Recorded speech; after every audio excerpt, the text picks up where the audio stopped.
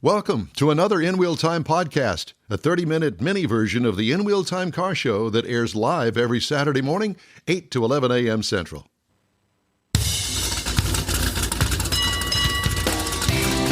From the Sugar Shack World Headquarters, it's the In Wheel Time Car Talk Show. The company's called Drive Down, and they claim it's an all-new way to buy and sell cars. We ask questions. Jeff has a segment on high-temperature cars inside. Conrad has the racing calendar and the car clinic, and later we discuss the stories making auto news headlines this week. We're sitting in the backyard watching Mars, enjoying a Bud Light. Drink some free buds and talk about each other. We invite you to join us on this 4th of July weekend blow-up of the In Wheel Time Car Talk Show. Howdy, along with Mike out of this world, Mars, down there on his computer. We need more Jeff Zekin. King Conrad DeLong. And I'm Don Armstrong. It's good to have you with us. Yeah, I thought, well, a little curveball. It's good to be here. Yeah. Steer it up. There you as go. Johnny Nash used to say, steer it up. So it's all good. Are we ready, Mr. Mars? Not yet. No, we're not ready. Couple of minor little faux pas. Yeah, he's been working on. We had a computer that crashed this morning, and so for our guest that is standing by, just keep standing by or sit by. Well, he's sitting there with his hands crossed, so it looks like he's praying. He's praying as well. There you go. We need all the help we he can can get. clearly hear us because he just laughed. Yeah, well, that's good. I don't know why we can't hear him, but Oh, you can't? well, I haven't turned him on yet. Well, pot him up. Let's see. Okay. Yeah, so let's talk to our guest right now. And did I write his name down? I don't know as if I did. It's Mitch. It's Mitch, sure. Yeah. Mitch, can you hear us? He can hear us, but we can't hear him. Have you unmuted yourself, Mitch? Check and see if you're unmuted. He's not muted. It's a system. Oh, Mars doesn't have all of his buttons pushed over here. So, Mitch, you just stand by, buddy. We'll be with you in just a minute, okay? Nod yes. Perfect. Thank you. Not yes. Blink 3 times if you're in distress. We're gonna Knock 3 times on the ceiling if you love There me. you go. We're gonna do the interview via Morse code. We are. Go. So I'll just give you a little preview. Drive Down, a curated online automotive marketplace revolutionizing the enthusiast car buying experience with its unique top-down pricing approach. Cleveland-based company founded by 2 car fanatics aims to disrupt the traditional car buying and selling process, providing a seamless and transparent experience for both buyers and sellers. Another disruptor. A disruptor, kind of like us. Well, that's always good because it brings a new point of view to whatever business they're in that they're trying to disrupt. Well, it shakes up the market, too. Yeah. Well, that's good. We have tons of car news, and matter of fact, I got a whole section just for Buzz Smith, who's going to join us later today. Oh, good. About electrics. And as a matter of fact, this week I just got delivery on Thursday of the Kia EV6. It's a good-looking car from behind at night because it's got that wraparound rear taillight assembly. The thing I looked at when you were backing up the driveway, it's got that one white backup light on the bottom. That's just, I don't know. It just Not bright it. enough? No, it's too bright. It just doesn't fit. It's just like some bulb back there to me. Anyway, Probably what it is. It's just a ball. well, no, it doesn't flow What do you with the want, landing design. It lights? doesn't flow with the design of the rear lights and I all understand that. what you're saying. It's You just want one like the 19 Chevy Impala had the 2 white lights on either side of the license plate. Is that what you're something looking like there's for? something non-obtrusive because it looks. Nah, I don't know. not in style with the rest of the car. Exactly. It only works when it goes in reverse. And you know so. how stylish I am. So Yeah, I Yes, know. we With can your tell by shirt. your shirt. Yeah, Yeah, look your at shirt that. you've got on today. He's got his 4th of July shirt on. thank It you, has David Pitts. My son-in-law got me the shirt. Fireworks, Yeah. hamburgers, hot Yeah. dogs, ketchup. Well, ketchup USA. is from lunch. USA. That's it. And I'm wearing Yankee Doodle. and I'm wearing Mutt's Cuts today. Mutt's Cuts. Yeah, it's a good one. I figured, why not celebrate the dog? The dog, the Suze. Suze is over there. She's not happy. She's 'cause you're laying not on the letting her out. concrete. Well, here's the Cooling off. problem is because, the air conditioning systems of every place in the world are really straining Mhm. to keep it cool. Now, we've had this thing running for at least 14, 16 hours Yeah, that's sometime in the yesterday. studio here, and it's just barely acceptable. So in the 3 hours of this show that we've got coming up, I can only think that it's going to be really straining No, at just 11 o'clock. limit your breathing. Oh, yeah, that makes sense. Don't breathe. Consider yourself on a submarine. Limit your breathing, and we'll be okay. Let's talk about submarines. that thing that imploded at the Titanic. I think somebody opened the screen what a door. waste. What a waste. Yeah. Well, I think that the guy was way over his head that designed that thing. There's no way that thing could have ever survived. It had been down there 30 times, and you know as well as I do, all of that, even though the metal is probably that thick. Yeah, but each time it goes down and up, the metal compresses, expands. Well, it's like an aircraft. It's like an airplane. Same thing. And eventually you get metal fatigue, and that very well may have been what caused its failure. Yippers. I'm sure that they'll try to find out exactly Well, what they found happened. pieces of it. I think they brought pieces up from the Oh, bottom. they did, including body parts, from what I understand. I didn't Allegedly. think that there was anything left of them. Yeah, allegedly. Yeah. Ouch. What is that? You know, when Mars, we're gonna get when, there? when Mars has scored a victory, here's what Mars What does does. he do? Woo-woo. Okay, well, You why got him. don't Let's bring him you put on your headset, real headset? He's gone. Now let's talk to He him. went to the market. He's not there anymore. Okay, Mitch, sure, can you hear us? Yes. Well, good, Beautiful. because I can't hear you. I don't. We're going to It's go on back. the computer. We just need Put to. your microphone on the computer then. So at any rate, we can hear you. We just need to get it from Mars over here. And then it goes to So our if ears. you'll just give us a few seconds, we apologize. We go through this quite frequently on this program. This is No, not lately. well, it has been a while. Creates feedback. Do what? He's putting his. Never mind. Okay, you just keep doing what you're doing over there. No, but you got to keep him positive. Well, okay, he is. There you go. He's on.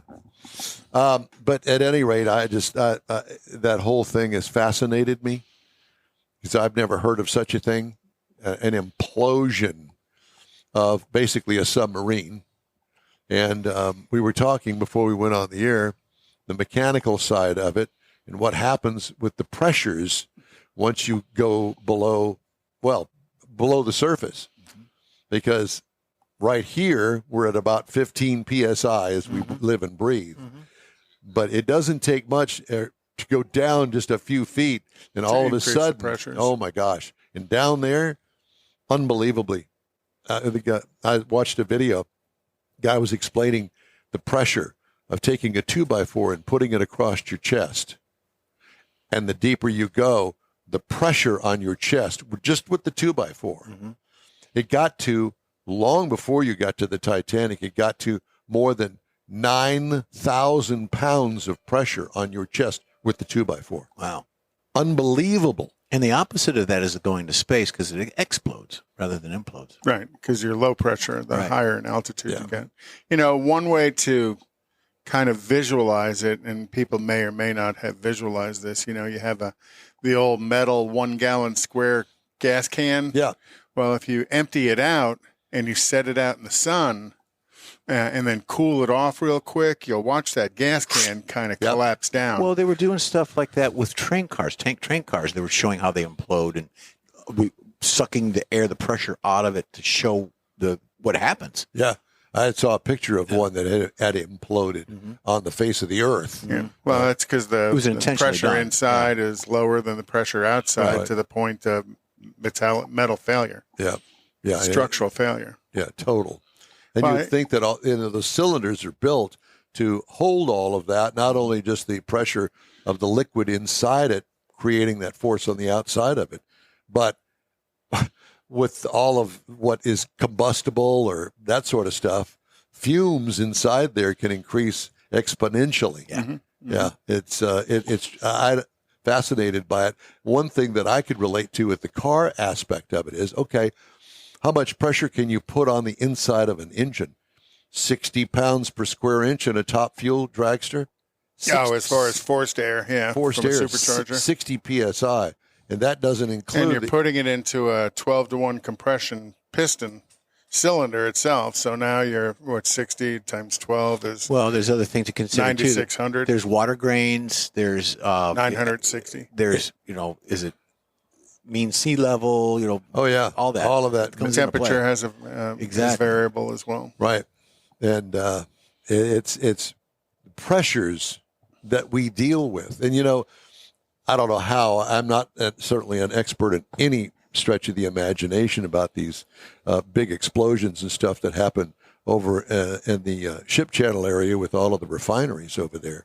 But somehow, other than flying around them, filming them, flying hoping around you don't get too close. Exactly. But I will tell you that from my experience inside those plants, which is very limited, but when you're in there and the plant is running, there are thousands of gallons a minute running through those pipes. The whole thing shakes with all of the product that's running through there. So they have one little hiccup, and it could be disastrous. Quickly, very quickly. If a valve doesn't open at the right time when they're shifting products around. I mean, it's terrifying if you stop to think about it. But if you're standing there, all the pipes are shaking and all that It's even stuff. more terrifying because you're standing in the middle of it. It's really not. But there are areas that they don't let you go. Even the employees, they don't let in there unless they shut that area of the plant down. It's that dangerous. Wow. Yeah, it's quite intimidating. So like walking in the green room here, it's very, It is. Well, think about it. Fluid. They use fluid pressure, like water jet cutting. They use water at 15,000, 16,000 psi to cut metal. Yes. So when you focus that pressure on one finite little point, it's pretty easy to use it to do stuff. But you don't want to have it at that pressure and you not have it under control. I have him potted up over here, by the way. And I hate to use the word potted up. That's an old radio term that doesn't mean what you think it means. Well, you're an old radio guy, and back then it did. Yeah, well, there's that. But a pot is short for potentiometer. Ah. Randy Borcherding is watching. Hi, Randy. And it used to be you just turned the knob to increase volume and that sort of stuff. What's it? What do you call it again? Potentiometer. Potentiometer. Mm-hmm. It's like a volume button. A volume knob. switch. Yeah. It was a knob back in the day. I got some good potentiometer. Yeah. Come for your daughter, Chuck. You're feeling better, huh? I am. I feel great. That's good. I'm glad to hear that. The surgery worked. Awesome. He went to a proctologist for migraines. It's not even close. Ford Motor Company is recalling certain 2019 through 2020 Fusion PHEV models for loss of power and fire risks. Oops. Thermal events. Owners are advised not to charge their vehicle until the remedy is completed, according to a Ford filing with NHTSA. If charged, the battery energy control module might become damaged because of excessive voltage and current flow. Number of potential vehicles affected, 14,452.1.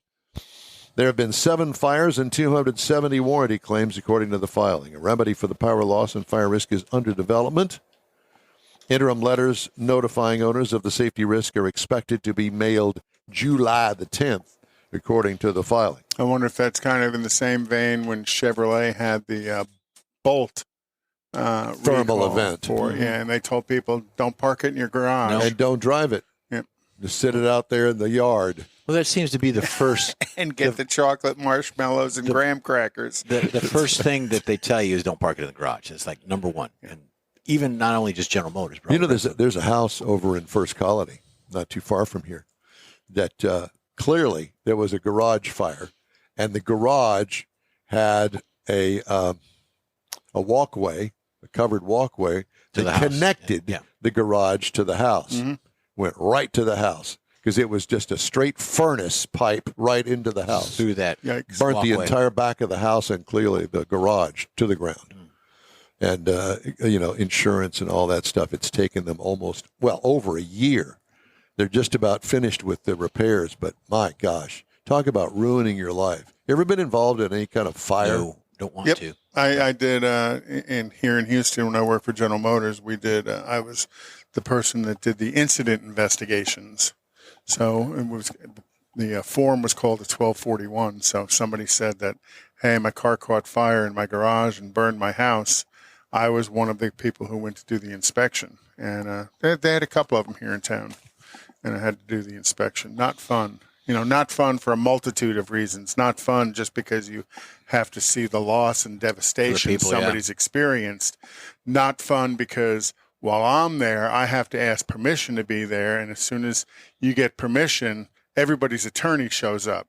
So every note I take, every jot I put down on paper, I have to provide documentation to the plaintiff's attorney because it's going to go to a lawsuit. So, yeah, it's not fun at all. And then, you just got to make sure you write down the facts as you see them and nothing else. No opinion. I don't but know the how facts. many cars are actually in this area of Texas that you would call the Houston area. I don't know how many. Millions. Oh, I would say millions. Millions of I'd say cars. 4 or 5 million. Yeah. And I will tell you that it's truly amazing the number of car fires every day in this city. Most of them happen on the roadway, on the highway. On Barbecues. Barbecues, yeah, exactly. And once, it takes a while for the fire department to get there because you've already got a backup. So they've got to fight all the traffic to get to the fire. Yeah. And then put it out. And by that time. And most of the time, at least I'll say most of the time, it's being fueled by whatever gasoline is in the vehicle. So that makes the fire go faster. And all the manufacturers have changed their fuel delivery systems to composite materials.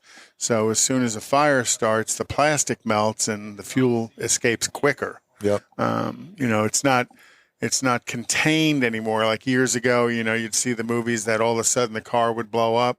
Generally, that was because they had my opinion was they had a metal fuel tank that eventually would expand and all the gas would escape at once. Now that plastic tank leaks and the fuel drains out on the ground, and that's what fuels the fire. Yep. I've seen some. But driving around town every now and then, you'll see that little black stain on the side of the highway that somebody's car had caught fire there. And if you look at it close enough, you can see parts of the car just melted, stuck to the ground. I did I was in small town Kentucky, north of Paducah. Oh, been there. And it was an Oldsmobile Aurora. And the guy said it caught fire, and I had to go look at it. And so I went to the location where it happened, and the fire was so hot and it burned for so long, the aluminum wheels had melted, and you could literally see 4 little puddles of aluminum from where the wheels were on the vehicle. Scary thing. That was a carbureted engine, was it not? Fuel injected. It was fuel injected? Yeah, that was the 4-liter North Star. That was a cutting edge car back in its day. When it came out in '95, it was a very cutting edge, style wise, a very cutting edge car. It looked good. Isn't the version of that the one that AJ Foyt went 1,000,000 miles an hour around? The engine, out at Fort Stockton. Yeah. He set a number of records, endurance speed records. Did they ever use that engine in anything? Oh yeah. Well, they used it in the Aurora. They used it in Indy Racing League when that IRL, when Indy cars switched to IRL. Was it a V8? Yep.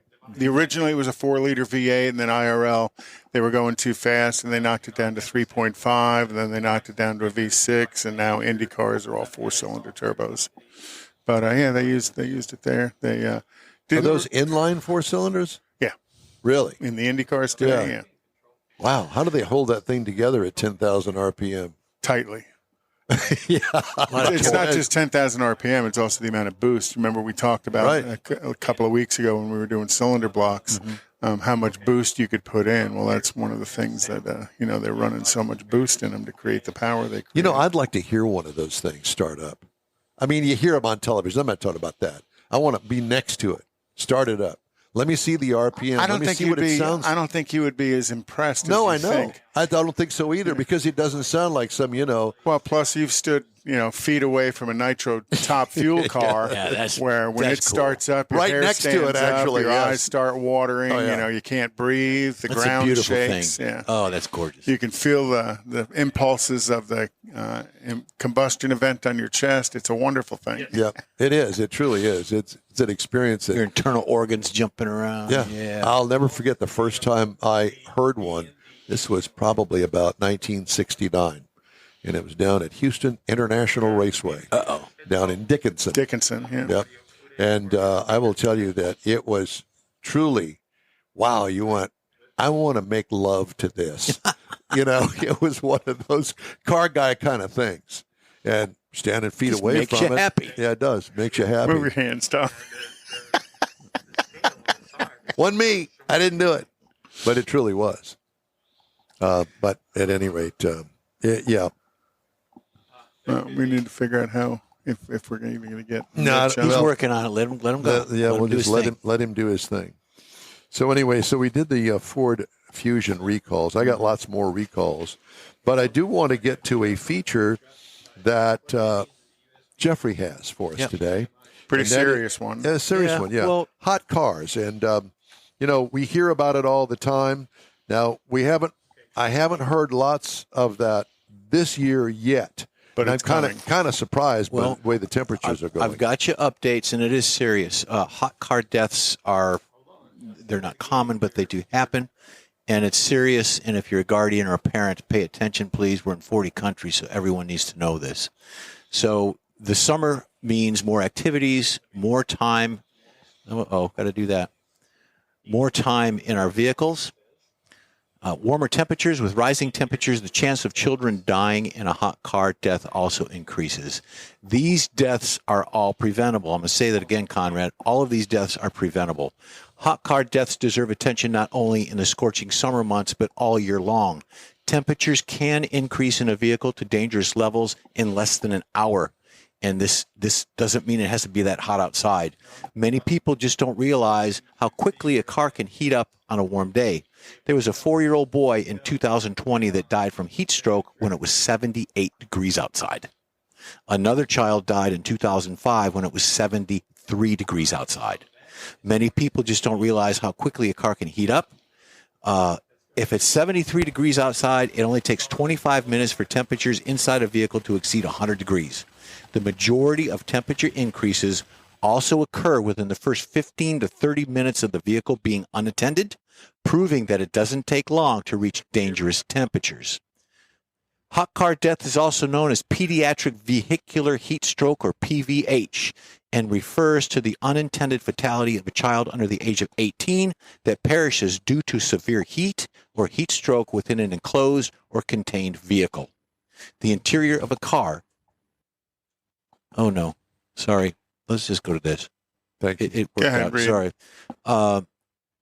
The interior of a car, such as the dark upholstery or leather-wrapped steering wheel, can attract heat and hold it. Now, I have a leather-wrapped steering wheel and all that.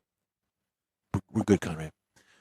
With no incoming cycle of fresh air or cool the interior, the temperatures exponentially become hotter and hotter, growing dangerous levels and proves fatal to those inside. Both pets and children are especially susceptible because the lack of the ability to safely extricate themselves from these vehicles in this situation. Some of the warning signs of heat stroke or heat-related deaths: a core temperature of 104 degrees or higher. Now, when you got the flu, you're thinking 101, 102, I'm going to take Tylenol, oh my gosh, I'm sick. 104 or higher, that's very hot. Skin feels hot and dry. You get confusion, agitation, and irritability, slurred speech, delirium, flushed skin, rapid breathing, racing heart, headache, nausea, vomiting, seizures, and coma. If you're to those last three, you really do need to get some help. Fortunately, there are fewer children falling victim to the PVH, and it's due to several things. Car manufacturers are putting notifications, and Leslie indicated last night that she's got a warning in her vehicle that says check your back seat. Yeah, if you've opened the back door. There's other ways to do that. If you're the dad or a brother and you're taking a child or even an elderly person maybe to the doctor or out for a whatever appointment, take your left shoe off. Put your left shoe in the back seat. Simple as that. Oh, or that's the women, a great idea. Women put their purses in the back seat next to the child. Adjust your mirror so you can see that person. Like if you're getting out of the car, you look in the mirror. Oh, there's the child seat. So there are ways for preventing this. There has been a noticeable decline. Since 1998, there have been 39 children die in hot car-related incidents. It's about 910 over the course since 1998. There has been one child in Texas died this year, so far this summer, in a hot car-related death. There's been 8 in the United States, 3 of them in Florida. So they're spotty around the United States, but as these heat things move across the country, be aware of it. It's not just the United States. There's all countries have this heat-related stuff. Be aware of it. Do something. Don't. The child goes for a little nap and you forget about it. Exactly. Yeah. Be proactive. So that's my little tip for the summertime. I have to tell you, even I don't have young children. I don't have anybody that I'm taking to work. But you see them. But in my instance, what I do is if things got a sunroof, either make the thing raise up a little bit, tilt it up, and then crack the windows just a little bit. Yep. So at least I don't want to get in the car myself after a long day sitting out with windows rolled up. Maybe you park your car in a place that's not really advisable to do that, but do it anyway. Well, I can tell you from an automotive engineering point of view, they have to build, and not that this is related, but in a way it is, the plastics that are inside of a car have to withstand 150 degrees for 8 hours.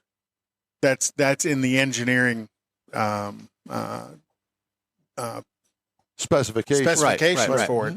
So they know those kind of interior temperatures are a high not a possibility, but a probability that they're going to see those kind of temperatures. And that's where the problem comes, is there's no air circulation and you basically sit in there and bake. Yeah. Just make sure that you're aware of your surroundings, especially with young children and elderly. By the way, a portion of our show is sponsored today by the In Wheel Time, sponsored by Texas Nostalgia Modified Production. We're going to do the race card right after a quick break, okay? You ready? All right. We are going to take a quick break, and we'll be right back right after these messages. Everyone at the Tailpipes and Tacos Cruise In at the Lupi Tortilla Tex-Mex in Katy, thank you for participating in the best cruise in around and look forward to seeing you again. You'll hear about the next cruise in date right here on In Wheel Time.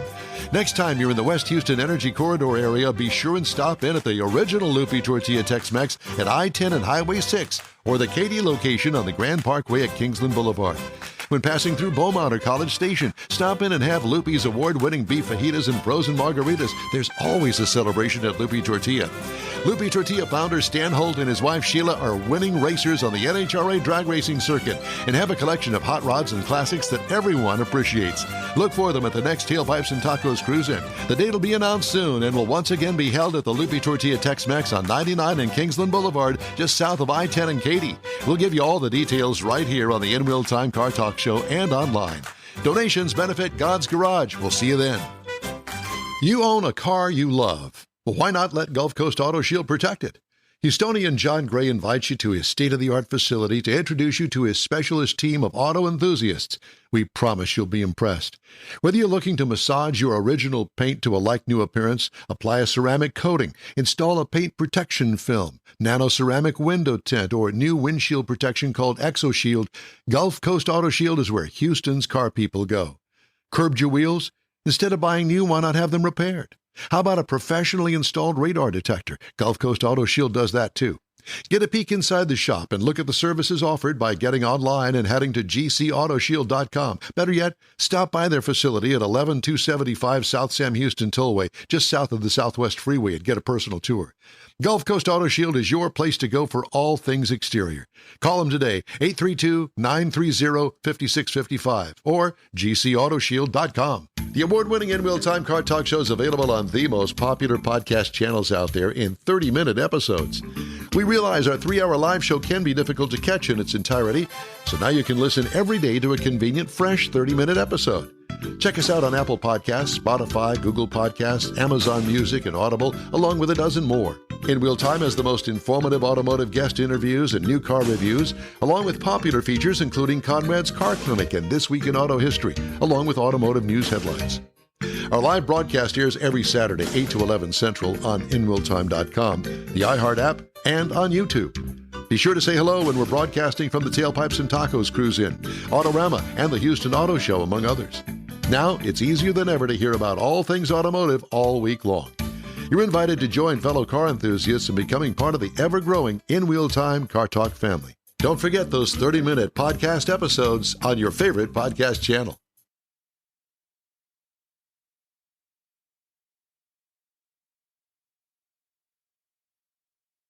That's it for this podcast episode of the In Wheel Time Car Show. I'm Don Armstrong, inviting you to join us for our live show every Saturday morning, 8 to 11 a.m. Central on Facebook, YouTube, Twitch, and our InWheelTime.com website.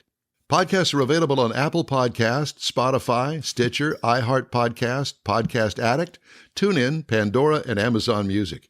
Keep listening, and we'll see you soon.